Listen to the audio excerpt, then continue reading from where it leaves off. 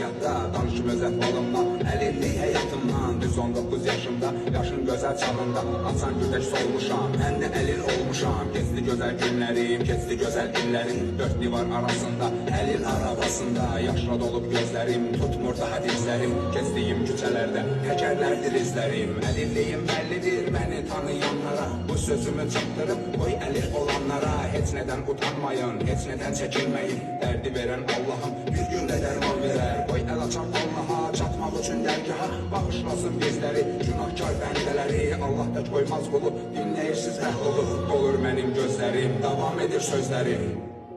İstərəm ki əskər olum, əldə silah, durum vətənimin keşiyində.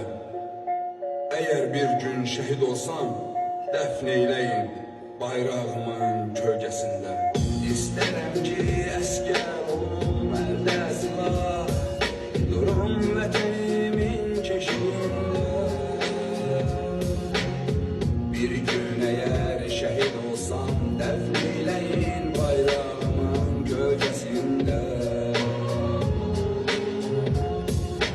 Yarımcan olsak da biz, vətənə tamdı sevgimiz. Soruşsan hər yedəndən, bircə kəlmə söyləyər canım qurban vətənə. Çünki biz Azəriyik, Koroğlu qeyrətliyik, Azərbaycanlıyıq. Nə oğullar bu yolda kestilər canlarından, torpaq millət uğruna, üç rəngli ay ulduzlu şanlı bayraq uğruna. Necə unutmaq olar bütün bu olanları, biz rahat yataq deyə məzarda yatanları.